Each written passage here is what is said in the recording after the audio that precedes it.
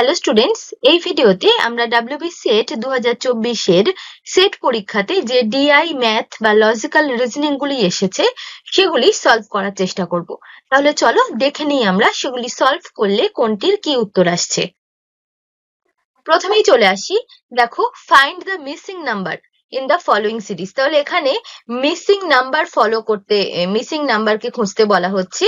কি বলেছে দেখো আমরা একটু দেখে নিই। 48, 24, 72, 36, 108। নেক্সট আমাদের জানতে চেয়েছে, দেখো একটু, ভাগ 2 গুণ 3 এমন ভাবে এগোচ্ছে। দেখো ভাগ 2 গুণ 3, তাহলে এখানেও নেক্সট ভাগ 2 হবে। 48 এর অর্ধেক হচ্ছে 24, 24 এর সাথে 3 গুণ করলে আমরা 72 পাচ্ছি। আবার 2 ভাগ করলে অর্থাৎ অর্ধেক করলে পাচ্ছি 36, আবার 3 গুণ করলে পাচ্ছি 108। তাহলে নেক্সট হবে, আমরা এটাকে ভাগ করলে কি পাবো, 2 দিয়ে ভাগ করলে 54। তাহলে দেখো উত্তর হচ্ছে 54, অর্থাৎ ডি হচ্ছে কিন্তু উত্তর। ঠিক আছে, চলো নেক্সট। নিচে দুটি বিবৃতি দেওয়া হয়েছে 1 ও 2, ও বিবৃতি থেকে 4টি নিষ্পন্ন সিদ্ধান্ত দেওয়া হয়েছে। দেখো বিবৃতি দুটি দেখে নিই। বলছে সব সবুজ নীল আর সব নীল কমলা। তো আমরা একটা ছবি এঁকে নিই, ডায়াগ্রাম দেখি। সব সবুজ নীল, ধরো এটা একটা গোল আঁকলাম, এটা হচ্ছে সবুজ। ঠিক আছে, সবুজ। এবার দেখো এই যে এই রাউন্ডটা হলো নীল। তাহলে দেখো সব সবুজ নীলের মধ্যে আসছে, তাই তো? এবার বলছে সব নীল কমলা, তাহলে এই নীল পুরোটাই কমলার আন্ডারে। সব নীলই কমলা, এটা হচ্ছে দিয়েছে আমাদের বিবৃতি। এবার এখান থেকে যে সিদ্ধান্তগুলো এসছে, দেখো প্রথম কোনটি কোনটি সঠিক আমরা খুঁজে নেব। কিছু নীল সবুজ, কিছু নীল, অর্থাৎ এই রোটার মধ্যে যা আছে এই নীল, কিছু নীল, এর মধ্যে কিছু নীল সবুজ, অবশ্যই নীলের মধ্যে কিছুটা অংশ সবুজ, তো তাহলে কিছু নীল সবুজ, অবশ্যই এটা ঠিক, একের দাগ। নেক্সট আসছে কিছু কমলা সবুজ, কমলার মধ্যে সবুজ আসছে, তাহলে অবশ্যই কিছুটা কমলা সবুজ, কিছুটা কমলা সবুজ। সত্যি মিথ্যে যাচাই করব না, আমরা এখানে যেভাবে ডায়াগ্রামটা সাজিয়েছি বা যেভাবে বিবৃতি দিয়েছে সেই অনুযায়ী অঙ্ক করব। আমরা এমনি জানি যে নীল কখনো সবুজ হয় না বা সবুজ কখনো কমলা হয় না, সেটা জানি, কিন্তু আমরা এই অনুযায়ী উত্তর করব। দেখো তাহলে কিছু কমলা সবুজ কিন্তু আমরা পেয়ে যাচ্ছি, কিছু কমলা সবুজ, তাহলে 2 ঠিক।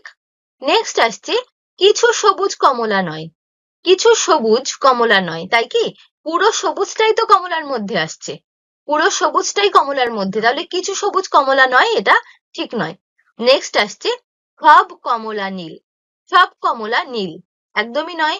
যদি এই নীলের জায়গায় কমলা হতো এবং কমলার জায়গায় নীল হতো তাহলে কথাটি ঠিক ছিল, কিন্তু এখানে বলছে সব কমলা নীল, সব কমলা নীল নয়, কমলার কিছুটা অংশ নীল, তাহলে এটিও ভুল। তাহলে 3 এবং 4 ভুল। তাহলে ঠিক আমরা কি কি পাচ্ছি, 1 এবং 2। দেখো উত্তরে আসছে 1 এবং 2, সি এর দাগ, 1 এবং 2 ঠিক, তাহলে উত্তর হচ্ছে অপশন সি। নেক্সট প্রশ্ন দেখো, how many triangle are there in the figure below. এই যে ফিগারটা দেওয়া হয়েছে, এই চিত্রে যে কটি ত্রিভুজ আছে সেটাকে চিহ্নিত করতে হবে। তো দেখো ছবিটা আমরা একটু বড় করে আঁকি, ছবিটা, এই যে ত্রিভুজটা, ত্রিভুজটাতে দেখো 5টি ছোট ত্রিভুজ পাচ্ছি আমরা, এই যে 5টি, একটু কালার চেঞ্জ করে নিই। দেখো 5টি ছোট ত্রিভুজ পাচ্ছি, এরকম পাচ্ছি তো, এরকম এই যে 5টি ছোট ত্রিভুজ, এবং 5টি বড় ত্রিভুজ পাচ্ছি। দেখো এই যে বড় ত্রিভুজগুলো, এই যে বড় ত্রিভুজগুলো পাচ্ছি, এই যে বড় ত্রিভুজগুলো, অর্থাৎ এই পাটটা, এই পাটটা, এই একটা পাট, এরকম প্রতিটা, এই যে দেখো এই একটা পাট পাচ্ছি আমরা, একটু অন্য কালার নিই। দেখো এই একটা বড় ত্রিভুজ, তাই না? অর্থাৎ যেখানে যেখানে ক্রস হয়েছে, দেখো এই যে ক্রস হয়েছে যেখানে, সেখান থেকে আর একটা ত্রিভুজ তৈরি হচ্ছে। আমরা এখানে আর একটা ছবি আঁকি, ছবি এঁকে বড় ত্রিভুজটা একটু দেখে নিই। দেখো ক্রস হয়েছে যেখানটাতে, এই যে ক্রস হয়েছে যেখানটাতে, দেখো এখানে এই একটা বড় ত্রিভুজ। নেক্সট দেখো এখানে ক্রস হয়েছে, তাহলে এই একটা বড় ত্রিভুজ। এরকম করে দেখো 5টা বড় ত্রিভুজ আমরা এখানে পেয়ে যাব। তাহলে এই 5টি ছোট ত্রিভুজ এবং 5টি বড় ত্রিভুজ, তাহলে মোট ত্রিভুজের সংখ্যা কিন্তু হচ্ছে 10টি। তাহলে উত্তর হচ্ছে 10, অপশন ডি। নেক্সট দেখো, নিচে দেওয়া রেখাচিত্রটি বিবেচনা করুন। এখানে একটি রেখাচিত্র দেওয়া হয়েছে। বলা হয়েছে 500 প্রার্থী ইংরেজি, হিন্দি এবং গণিত পরীক্ষায় অংশ নেন। রেখাচিত্রটি বিভিন্ন পরীক্ষায় ব্যর্থ হওয়া পরীক্ষার্থীদের বা ব্যর্থ হওয়া প্রার্থীদের সংখ্যা দেয়। কমপক্ষে 2টি বিষয়ে ব্যর্থ হয়ে যাওয়া প্রার্থীদের শতকরা হার কত? এই যে 3টি পরীক্ষার্থীদের নাম্বার দিয়েছে বা 3টি বিষয়ের পরীক্ষার্থীদের ডিটেলস দিয়েছে এখানে, ইংরাজি, গণিত এবং হিন্দি। এদের মধ্যে কমপক্ষে 2টিতে ফেল করেছে এমন নির্দেশ করতে হবে। তাহলে দেখো এই মিডল পোরশন, দেখো এই অংশটা হচ্ছে 2টি বিষয়ে ফেল, তাই না? তাহলে আমরা কি কি পাচ্ছি? 12, 12, 24, 24 আর 5, 29, 29 আর 10, 39। তাহলে পাচ্ছি 39। কতজন পরীক্ষার্থী? মোট পরীক্ষার্থী হচ্ছে 500 জন, তাই তো? 500 পরীক্ষার্থী। তাহলে 500-র মধ্যে 39 জন যদি পরীক্ষাতে ফেল করে থাকে, তাহলে শতকরা হার কত? কি করব আমরা? 100 দিয়ে ভাগ করব। 100। তাহলে 500 আর এই 00 কেটে দিলাম, এখানে 00 কেটে গেল। 39/5 দেখো ভাগ করলে আমরা পেয়ে যাচ্ছি 5, 5 7 35, এখানে 35, এখানে হচ্ছে 4, দশমিকের জন্য 0, 5 8 40। তাহলে 7.8 হচ্ছে কিন্তু সঠিক উত্তর পাচ্ছি 7.8। নেক্সট দেখো বলছে in a group of cow, আচ্ছা বাংলাটা দেখে নিই। একটি গাভী ও মুরগির দলে পায়ের সংখ্যা মাথার সংখ্যার দ্বিগুণ। অর্থাৎ পায়ের সংখ্যা, সাপোজ ধরো পায়ের সংখ্যা যদি x হয়, তাহলে পায়ের সংখ্যা মাথার সংখ্যার দ্বিগুণ। তাহলে মাথার সংখ্যা যদি x হয়, পায়ের সংখ্যা 2x। দ্বিগুণের থেকে 14 বেশি, তাহলে দ্বিগুণের থেকে 14 বেশি প্লাস 14। তাহলে এটা হচ্ছে পায়ের সংখ্যা, তাই না?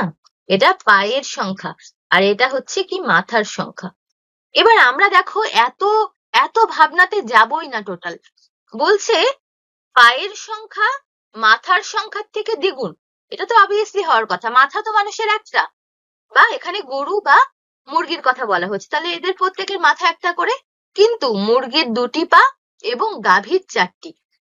তাহলে মাথা যা হওয়ার কথা, পা অবশ্যই তার থেকে 2টি করে বেশি হবে, 2 গুণ হবে, তাই না? 2টি করে বেশি হবে। তারপরে যে এক্সট্রা পা গুলো পাচ্ছি, দেখো তারপরে যে এক্সট্রা পা গুলো পাচ্ছি, সেগুলো কার পা? সেগুলো তো গরুর যে এক্সট্রা পা গুলো, তাই না? দেখো একটু ভেবে, যে গরুর যে এক্সট্রা পা গুলো, ও গরুর তো 4টি পা, তাহলে 2টি পা আমরা ডাবলের মধ্যে ধরে নিচ্ছি, এক্সট্রা থেকে যাচ্ছে আরো 2টি করে পা। তাহলে গরুর সংখ্যা কটি? 2টি করে পা যদি এক্সট্রা থাকে, গরুর সংখ্যা কটি? 14-র হাফ। 14 তো 2টি করে পা আছে এর মধ্যে, তাহলে হাফ। 7টি গরু। উত্তর হবে 7। একদম সোজা প্রশ্ন, খুবই ইজি। যদি ডিটেলস বা একটু জটিল করে ভাবতে চাও, তাহলে উত্তর বার হবে না। একদম সোজা ভাবে ভাবতে হবে যে মাথার ডাবল হচ্ছে পা, 2টি করে পা, যে এক্সট্রা পা গুলো থাকছে সেগুলো গরুর, তাহলে 14টি পা এক্সট্রা থাকছে, প্রতিটা গরুর 2টি করে পা, মানে 2টি করে পা এক্সট্রা, তাই তো? তাহলে 14-র হাফ অর্থাৎ 7টি গরু আছে টোটাল। উত্তর হচ্ছে তাহলে অপশন বি, 7। দেখো নেক্সট প্রশ্ন কি বলছে, from the following find out the group of letter which is different from the other. অন্যগুলোর থেকে বা অন্যগুলি যে সিকোয়েন্স অনুযায়ী সাজানো হয়েছে, কোনো একটি সেই সিকোয়েন্স থেকে আলাদা।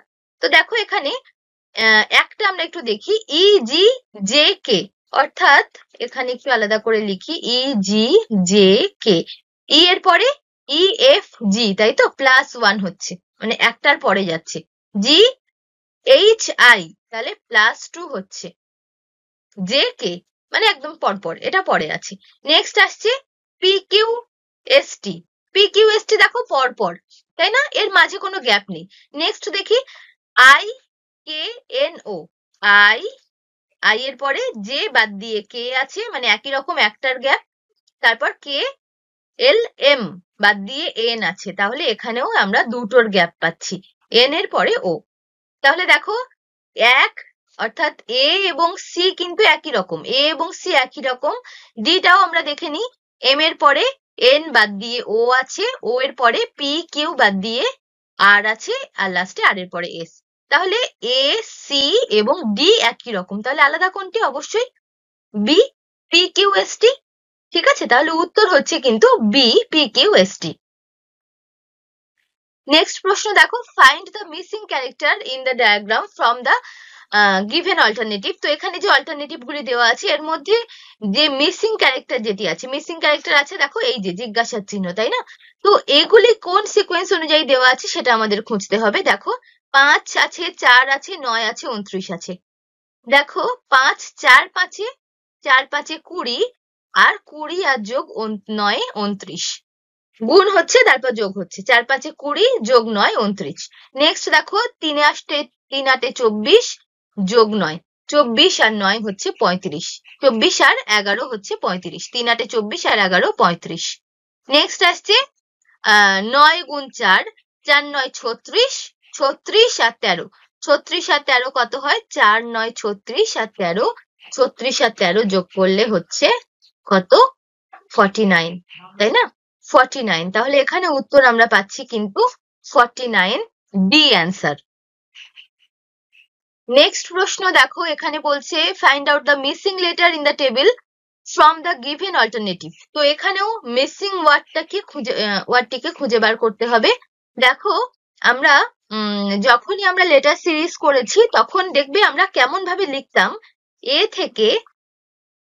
থেকে এ বি সি এরকম ভাবে লিখে যেতাম, ডি এরকম ভাবে লিখে যেতাম, এম এর পর থেকে আবার উল্টে আসতাম এমন করে, তাই না? যে উল্টে আসলে কি হতো, এর নিচে আমাদের হতো জেড, বি এর নিচে হতো ওয়াই, সি এর নিচে হতো এক্স, ডি এর নিচে হতো ডাব্লিউ, ই এর নিচে হতো ভি, এরকম হতো না? V W X Y Z এরকম হতো সাজালে। দেখো এখানেও সেম তাই, কি করছে, এর অল্টারনেটিভ, এর উল্টো দিকে কি, এ 1-এ আছে, জেড আছে 26-এ, এর পরে আসছে জেড, তারপর আসছে বি, বি এর পরে হচ্ছে ওয়াই, বি এর অল্টারনেটিভ, বি এর নিচে দেখো ওয়াই আসছে, তারপর সি, সি এর অল্টারনেটিভ আসছে এক্স, তাহলে অবশ্যই এখানে ডি হবে, ডি এর অল্টারনেটিভ ডাব্লিউ। এবার ই, ই এখানে যদি আরো ঘর থাকতো তাহলে ই এর অল্টারনেটিভ কি হতো, ভি, একই রকম ভাবে যেত। তাহলে এখানে কিন্তু সম্ভাব্য উত্তর যেটি মনে হচ্ছে সেটি হচ্ছে ডি। তোমরা কে কি করেছো অবশ্যই কমেন্ট করে জানিও কে কোনটি উত্তর করেছো। আর এখানে যদি কোনো উত্তর তোমাদের কোনো রকম সমস্যা বা কোনো রকম কনফিউজিং মনে হয় তাহলে সেটিও তোমরা অবশ্যই কমেন্ট করে জানাবে। নেক্সট প্রশ্ন দেখো, কি বলছে, যদি কোনো ভাষায় পপুলারকে এই ওয়ার্ডটা লেখা হয়, এই কোডে ব্যবহার করা হয়, তাহলে এই শব্দটি কোন কোডে লেখা যাবে? কোন কোডে লেখা যাবে যদি কোনো ভাষায় পপুলারকে এইভাবে এই কোডে ব্যবহার করা হয়? তাহলে পপুলার দেখো কি আসছে, পি, পি এর পরে কিউ আসছে, দেখো পি কিউ, ও এর পরে পি আসছে, পি এর পরে কিউ আসছে ঠিক পরপর, ইউ এর পরে ভি আসছে, ঠিক পরের অক্ষরটি যাচ্ছে। তাহলে এখানেও কি আমরা পরের অক্ষরটি নেব? জি এর পরের অক্ষর, বি এর পরের অক্ষর এমন ভাবে কি নেব? দেখো এই ওয়ার্ডটিকে কোন কোডে লেখা যাবে, কোন কোডে? তাহলে আসছে দেখো, আমরা একটু লিখে নিই ওয়ার্ডটি।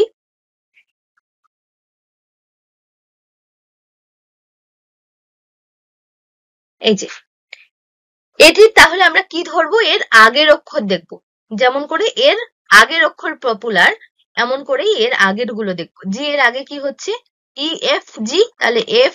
বি এর আগে কি আসছে, এ। এন এর আগে কি হচ্ছে, এন এর আগে এম। পি এর আগে কি হচ্ছে, ও। তাহলে দেখো এইটুকু মিলালেই আমরা উত্তর পেয়ে যাচ্ছি, F A M O, F A M O. দেখো এই উত্তর পাচ্ছি, অপশন বি হচ্ছে উত্তর। এস এর আগে, টি এর আগে হচ্ছে এস, ভি এর আগে ইউ, এই হচ্ছে উত্তর। তাহলে আমাদের অ্যান্সার হচ্ছে অপশন বি। ঠিক আছে, নেক্সট কোশ্চেন দেখো, find the missing character in the diagram from the given alternative. এখানে মিসিং ক্যারেক্টারটি বার করতে হবে, অর্থাৎ এই যে জিজ্ঞাসা চিহ্ন দেওয়া আছে এই পার্টটি। তো এখানে দেখো ভাগ করা আছে, কি করছে 7, 5 আর এখানে 144, এখানে আছে 3, 4, 49। তো একটু খেয়াল করলে দেখো এই যে সব অক্ষরগুলি বা সংখ্যাগুলি আছে 144, 49, 36, এই যে সংখ্যাগুলি এগুলি সব কিন্তু আমরা স্কোয়ার করলে পাই, তাই না? দেখো 7 আর 5 যোগ করলে কি পাচ্ছি আমরা? 7 আর 5 যোগ করলে 12 পাচ্ছি, এবং 12 গুণ করলে 12 × 12 144। নেক্সট 3 আর 4 যোগ করলে হচ্ছে 7 আর 7 7 49। 5 আর 1 যোগ করলে হচ্ছে 6 আর 6 6 36। তাহলে এখানে কি হবে? 8 আর 2 যোগ করলে হচ্ছে 10, 10 10 100। তাহলে অ্যান্সার হচ্ছে 100 সঠিক উত্তর। ঠিক আছে, সঠিক উত্তর 100। দেখো নেক্সট প্রশ্ন কি বলছে, নিম্নলিখিত তালিকায় দেওয়া ডেটা একটি গৃহস্থ পরিবারের মাসিক বাজেটের সংক্ষিপ্ত পরিসংখ্যান। এই মাসিক বাজেটে সঞ্চয় বহির্ভূত সম্ভাব্য শতাংশ, সঞ্চয়টিকে যদি আমরা বাদ দিই তাহলে তার যে খরচ হচ্ছে সেটির পরিমাণ কত। এখানে একটা লিস্ট দেওয়া হয়েছে, দেখো লিস্ট দেওয়া হয়েছে, এই টোটালটা হচ্ছে তার রোজগার, তাই তো? তার মধ্যে সে সঞ্চয় করছে এটা, বাদ বাকি তার খরচ। তাহলে এখান থেকে আমরা কি করব, প্রথমেই এটিকে যোগ করে নেব, অর্থাৎ তাহলে আমরা তার টোটাল রোজগারটা পেয়ে যাব। টোটাল রোজগার অর্থাৎ 100% পেয়ে যাব। দেখো আমরা যোগ করলে যেটা পাচ্ছি 0 0, 8 আর 2 10 আর 5 15, 15 আর 5 হাতে 1, 1 এখানে 3, 3 আর 2 5 আর 1 6, 6 আর 4 10, হচ্ছে 10,500। তাহলে 10,500 হচ্ছে তার রোজগার। এবার আমরা সঞ্চয়টিকে বাদ দিতে বলেছে, সঞ্চয় কত? 1,500 টাকা। তাহলে 1,500 টাকা আমরা এর থেকে মাইনাস করলে কত পাবো? 9,000 পাবো। তাহলে 9,000 হচ্ছে তার খরচ। বলছে এই 9,000টা কত শতাংশ, তার রোজগারের কত শতাংশ এই 9,000। তাহলে কি করব, 9,000 বাই 10,500 ইন্টু 100, তাই তো? 9,000 বাই 10,500 ইন্টু 100, এই 0 0 কাটা গেল। এখানে দেখো 105 আর এখানে 9,000। তাহলে এটাকে আমরা কাটলে কি পাচ্ছি? 5 দিয়ে কাটি, 5 5 2 10, 5 1 5, এখানেও 5 দিয়ে কাটলাম, 5 5 1 5, আর এখানে 4 4 0, 5 8 40, 0 0 1800। দেখো আবারও 3 দিয়ে যাবে, 3 7 21 আর 3 6 18, 600 হচ্ছে। তাহলে 600 বাই 7, তাহলে ভাগ করব আমরা 600 বাই 7। এখানে আরো একটা কথা বলে রাখি, 600 বাই 7 ভাগ করার আগে সম্ভাব্য শতাংশ, অর্থাৎ অ্যাপ্রক্সিমেটে অ্যান্সার আসবে, তাই তো? তাহলে 600 কে 7 দিয়ে ভাগ করব, ভাগ করলে কি আসছে? 7 7 7 8 56, 56 4 0। তাহলে কি হচ্ছে? 7 6 7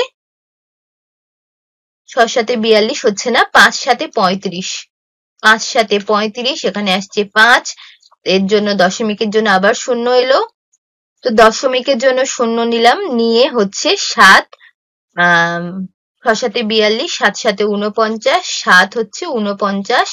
দেখো আরো যাবে, তাহলে 85.7 সামথিং হচ্ছে, 85.7 সামথিং। তাহলে আমরা এটা অ্যাপ্রক্সিমেটে উত্তর ধরে নিতে পারি কি 86, তাই তো?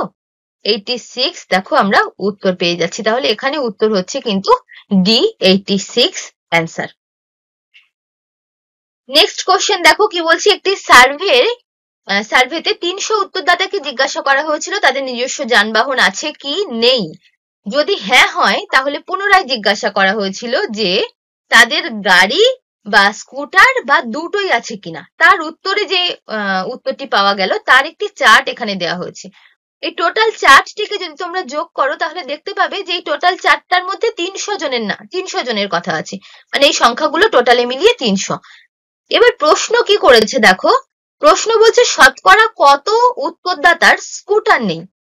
লিস্টে আমরা দেখতে পাচ্ছি গাড়ির একটি লিস্ট আছে, স্কুটারের একটি লিস্ট আছে, দুটোই আছে এমন ব্যক্তিদের লিস্ট আছে, আর যানবাহন টোটালি নেই এমন কিছু ব্যক্তি আছে। তাহলে স্কুটার নেই কাদের? স্কুটার নেই কাদের? এই লাইনটা, এই লাইনটা, নিচের এই লাইনটা, আর স্কুটার নেই কাদের? যাদের গাড়ি আছে তাদের স্কুটার নেই। এই দুটো লাইন, তাই তো? এই দুটো লাইন। তাহলে এই দুটো লাইনকে আমরা টোটাল করব। 40 আর 20 হচ্ছে 60, 60 আর 50 হচ্ছে 110, 110 আর 34 হচ্ছে 144। দেখো যোগ করলে আমরা হচ্ছে 144। তাহলে 300 জনের মধ্যে 144 জন, তাই তো? 300 জনের মধ্যে 144 জন। 100 জনের মধ্যে কত? কি করব? ভাগ করলাম, 0 0 কেটে দিলাম, 144কে 3 দিয়ে ভাগ করব। 3 দিয়ে ভাগ করলে দেখো কত হচ্ছে, 3 3 5 15, 3 4 12, 2 4 3 6 18, 3 7 21, 3 8 24, 3 8 24, 48। দেখো 48 অ্যান্সার আছে, হ্যাঁ বি। তাহলে উত্তর হচ্ছে অপশন বি, 48। তাহলে এই ছিল 2024-এর সেটে আসা যে ম্যাথ ডিআই যেগুলো আছে সেগুলোর অ্যান্সার। তোমাদের কার কতগুলি ঠিক হলো সেটিও তোমরা অবশ্যই জানিও, এবং যদি কোনো উত্তর তোমাদের কনফিউজিং মনে হয় তাহলে সেটিও তোমরা অবশ্যই কমেন্ট করে জানিও। দেখা হচ্ছে নেক্সট ভিডিওতে। চলো টাটা।